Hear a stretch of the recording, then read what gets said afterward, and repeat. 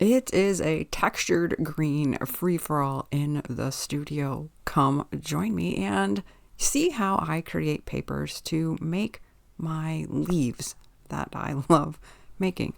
I got in the habit when making a selection of custom pendants and then received a second order. I find them so therapeutic to make and they're so interesting to see. This intro is definitely giving me some Eric Carle vibes too. And monochrome color play may sound boring on the gel plates, but it is far from boring. Voiceovers for videos like this. I never know quite how to approach them. I can't record as I go because I'm focused on what I'm doing. And the videos would be really long if I left them at full speed. But I really don't like those videos that are art making with just music. So here we go. I'm starting with orange. You may be confused why I'm starting with orange, but I found that I really like the leaf shapes that have a little bit of orange veining or spots, speckles. Yes, too much paint came out that time, and I had it all over the tube.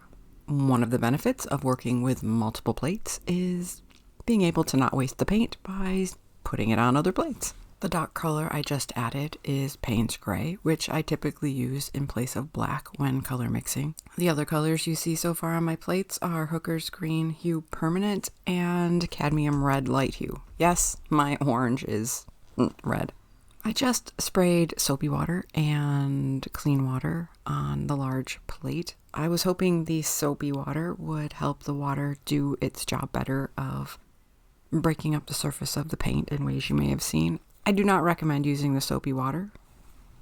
And because I had so much extra, instead of letting it dry, I decided to pull off some of the excess. I tried it over the orange and there was still a lot, so I used a second sheet and then left the bit of paint that was left to dry to pull with a pull layer. I was curious to see how it would look. And I wasn't disappointed, but that also would have looked really good if I had let it dry to pull with a pull layer, so I could have kept more of the design distinct. To the lower 5x7 plate, I have just added light olive green and cadmium yellow light hue. I love being able to roll off excess paint on my brayer on other gel plates to create some really interesting, unpredictable effects. This is a cheap plastic scrubby sponge, which creates some really awesome texture, which has shown up in previous papers. The largish brown fish-shaped thing I used for texture a little bit ago was a $1 cat scratcher, which makes it sound like cats are supposed to be scratched with it instead of scratch on it. That is some Liquitex matte medium I am using as a pull layer with the thin layers of paint cast off, roll off that have dried enough on the plates. The next paint is Payne's Gray, which I typically use in place of black when I'm working with a limited color palette, and Cadmium Yellow Deep Hue. You can make some really awesome greens with black and yellow.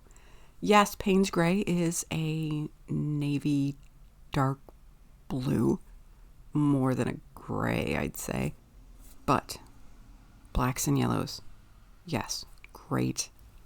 Not really swampy green, but that's the best word I can come up with at the moment. It's way more attractive than that sounds, though. Maybe an olive type green. I really love colors, but I'm not so great at their names, and that's okay. Here's some of those little shredded, crinkled packing paper. I created some really great texture with this in the past in one of my favorite textured prints. I used it in one of my shirts. A print was going wrong and the experiment went totally right, and I absolutely loved the resulting print. I will try to remember to put a link to that video in the description. It's the more texture video and t-shirt. I like how these turned out. Interesting color. On the square plates, the square paper I'm using is teabag paper. I'm not a big fan of the teabag paper, at least the kind I have, as there are visible stripes in it, if you will. So I don't like it for my straight up translucent papers. I decided I would try it out for my leaves, which will be totally different because I usually use cardstock, which makes a nice rigid leaf that can be used in different things. I started making them when I was making some custom pendants. Paint can collect on the edges of your brayer, and sort of rolling off the edges on the gel plate and on paper can create really interesting lines. The larger paper is regular heavyweight cardstock. Making some circles. It's great to have a collection of circles in your mixed media studio toolkit. And back to the teabag paper. The thicker paint on this particular thin paper will add an interesting effect. It won't be as translucent, but it should mask the lines I get distracted by. And I'm not sure how I will add them to my leaf packs that will be available in my shop soon, but we'll see. Other items you can see on my desk that I have used but won't necessarily use in this video are a blue non-slip fish thing. My words are just not awesome today, but it's one of those little things you can put down in a shower to keep yourself from slipping. It's the blue fish over to the left. That is light olive green, if I haven't mentioned that color yet, and some copper. The red to the left is a wood grain texture tool. You can see in the bottom right are my regular brayers. And in the upper right, a blue texture roller. They are a lot of fun. This size and shape, you may be able to guess that these are made for children's small hands. But they're great. I have 2 sets of them. I have a cheap condiment bottle for my mediums. You can also see my favorite scissors. There's a bag of rubber bands. I have a blue shop towel, another thing that is great for an art studio, even if you don't have an actual studio. There's also a zipper bag with various texture tools from around the house, packaging, things that have shown up in previous videos. There will be links in the description to items you can buy on Amazon and also on Blick Art Materials, which is where I get my paints. My Liquitex and Golden products are cheaper there. There is a minimum order for free shipping, but so far Blick has been a great company to work with. As I mentioned, lower prices. This print was not quite dry, so I put it back down to dry more. You do want layered prints to be totally dry before you pull them. There is no magic number for the time, but a good rule of thumb is if your paper is still cool to the touch, it's still wet. That white is a titanium white.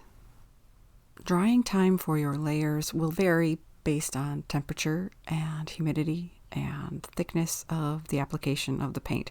And I feel like I may have already said that in this video. I've actually been trying to get this voiceover done for, good grief, I've been working on this video for like 2 weeks now. I am trying so hard to get caught up and keep up, but life is lifey.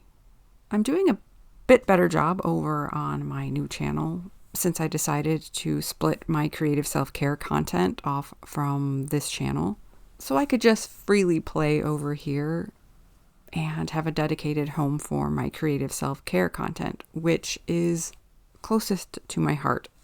It feels like part of my purpose to encourage people to be making art. I do this by providing weekly small art prompts made with inexpensive and easily accessible materials, because it doesn't need to cost a lot of money to reclaim your creativity, and you don't need a lot of time to practice meaningful creative self-care. No one should feel like they need to buy all the stuff right off the bat.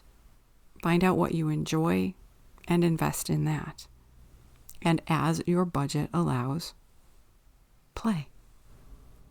which is what I try to encourage and facilitate here on my Melinda Van Wright channel. If being encouraged to practice creative self-care with simple, small, not time-consuming, easily accessible art projects sounds like something you would benefit from, be sure to check out my Better with Art channel. Like, subscribe, here and there, comment. It all helps me reach more people with the encouragement to take time to make art. It's not a waste of time. I can say my voiceovers over there are better than this one. If you see anything going on screen with these papers that you would like more details on, be sure to let me know so I have an idea for more videos or can respond to your questions in the comments. There are so many different shades of green, different types of greens. And I have fun playing with as many as possible to create my leaves. String, well, in this case, I believe this is embroidery floss, can be a really fun way to create texture and shapes and designs. I'm pulling this with tissue paper. It's just an expensive gift wrap tissue paper and will create an interesting tissue paper to use in collage because the painted areas are closer to opaque and the white areas will be quite translucent, almost transparent. Here's one of the texture rollers. They are a lot of fun. And as far as the yarn string, you know what? I realized that is string from my birthday gluten-free cheesecake. Back to yarn. I recently tried this interesting textured bumpy yarn during a layered gel print class with my art group at the library where I work and achieved a really fascinating effect, which I will have to do in a video here. I had switched over to a gloss medium for these pulls.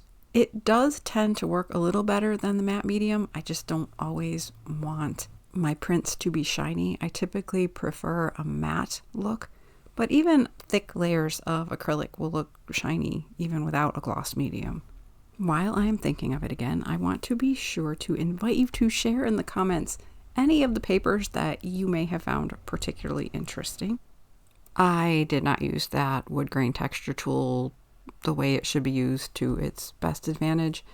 That paint is cadmium yellow light hue, and I am not loving how it looks, especially with the white. Not going for a pastel look today. Added some Hooker's green to this. I do typically prefer the greens that I make, but I do have a few shades of green. This is light pink I had decided to use in place of white. As you've probably noticed, some of the prints I pulled were prints on top of other prints. And here are the final pulls after everything was again dry. Not my best, not my worst. None of these are particularly favorites of mine, but they are all for cutting up into small leaf shapes and using in other ways in collage. And some of the ones I made today are quite interesting, like the water one. I really like that. I think that's my favorite for today. Though I also really like the one beneath its upper right corner. As for my leaves, I just freehand them in whatever way seems interesting in the moment. Intuitive leaf making. I don't think this teabag paper will be ideal for my tiniest leaves, but the leaves made from it will be interesting to work with. I hope you have enjoyed my green play today and feel inspired to make some of your own art, whatever that may be. Again, I say be sure to like and subscribe so you don't miss upcoming content, and it also helps me reach more people. Kind, curious, and even constructive comments are always welcome.